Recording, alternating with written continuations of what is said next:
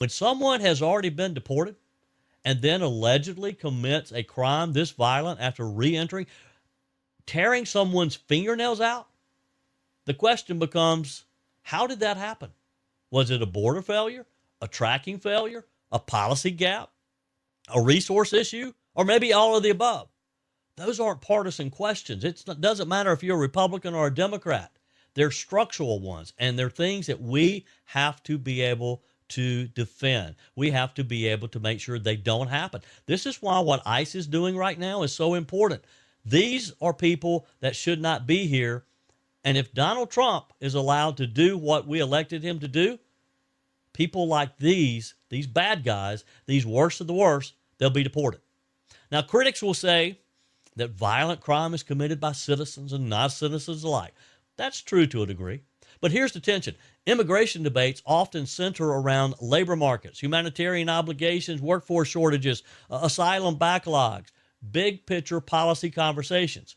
But when something like this happens inside someone's home, the debate becomes very personal, because for that victim, this wasn't about visa categories. It was about survival, living and surviving a very heinous crime right there in his own home. Now, this is where national policy collides with real life. Supporters of stricter enforcement say this is exactly why border security matters. Critics argue you can't build national policy around the worst examples, that that's the national debate.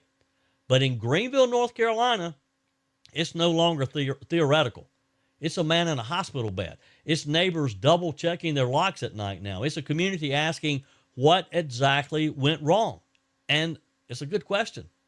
Immigration law is only as strong as its enforcement, and enforcement is only as strong as its follow through. If someone is deported and re-enters undetected, that's not an abstract failure. That's a measurable breakdown somewhere in the chain. And when breakdowns happen at that level, the consequences aren't policy papers. These are human lives. So let me ask you something.